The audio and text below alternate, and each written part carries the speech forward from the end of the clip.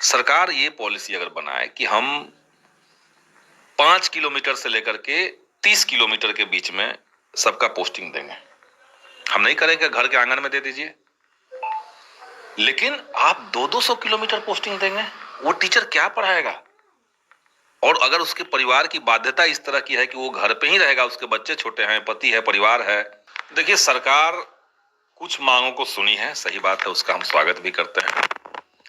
लेकिन हमारी चिंता ये है कि कोई नई सरकार आएगी तो छुट्टियों का कैलेंडर अपने अनुसार, कोई नया प्रमुख सचिव बन जाएगा तो फिर से नया कैलेंडर, कोई नया मंत्री बनेगा तो फिर से नया कैलेंडर, कोई कहेगा कि ईद में केवल मुस्लिम स्कूलों को, उर्दू विद्यालयों को छुट्टी मिलेगी, बाकियों को नहीं मिलेगी, कोई कहेगा कि छठ में केवल हिंदू स्कूलों को छुट्टी मिलेगी। ये जो पैटर्न चला, के पाठक के समय शुरू हुआ और अभी तक चल रहा है, पहले तो इस पर लगाम लगे।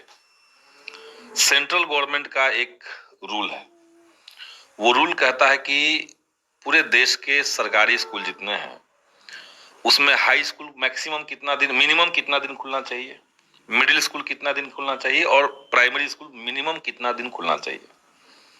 बिहार के सारे स्कूल उस क्राइटेरिया से ज्यादा दिन खुलते हैं। तो जब ज्यादा दिन खुल रहे हैं पहले से, तो छुट्टियों में कटौती का कोई तर्क नहीं था। और जिसको ये लगता है कि ज्यादा स्कूल जाने से, ज्यादा दिन छुट्टी में ज्यादा कटौती कर देने से बच्चे ज्यादा पढ़ेंगे, उसको शिक्षा का समझदारी कमजोर है। छुट्टियों तो हमने देखा, हम लोग तो जब पढ़ते थे तो गर्मी की छुट्टी 1.5 महीना 2 महीना होती थी छुट्टी, कोई दिक्कत नहीं था, बच्चों का उसमें विकास है। आप दशहरा में छुट्टी दे रहे हैं तो उससे उसका डेवलपमेंट जुड़ा हुआ है। स्कूल में ही पढ़ाई, केवल पढ़ाई नहीं होती है। बच्चा जब ननिहाल में जा रहा है गर्मी की छुट्टी में, तब भी वो पढ़ाई है, किताब लेके ही जाता है और घूमता है, परिवार में घूमता है, समाज में घूमता है, तो उसकी बुद्धि बढ़ती है। तो एक तो छुट्टियों का कैलेंडर के साथ छेड़खानी बंद हो। ट्रांसफर पोस्टिंग जो आप कह रहे हैं, देखिए उसमें सरकार की मंशा पे हमें डाउट है।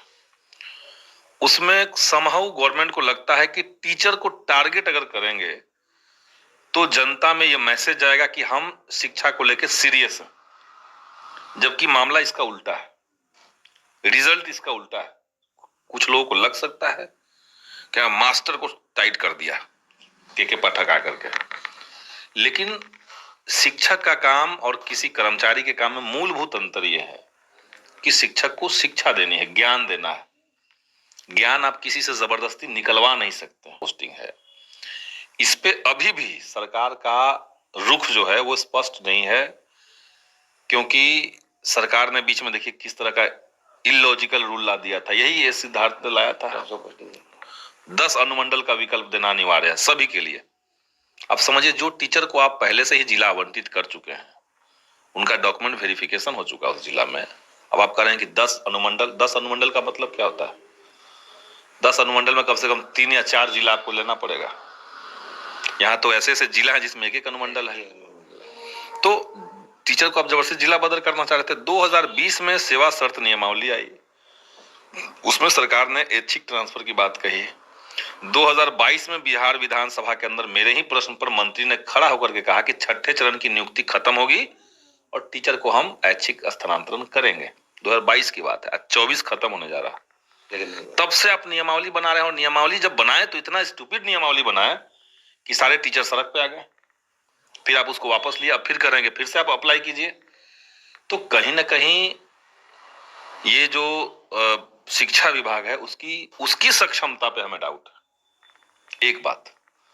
दूसरी बात कि सरकार को इस पॉलिसी पे काम करना चाहिए। देखिए, शिक्षा ऐसा चीज है, स्कूल ऐसा चीज है कि बिहार के हर गांव, हर टोले, हर कस्बे में स्कूल है, और हर गांव, हर टोला, हर कस्बे में टीचर भी है।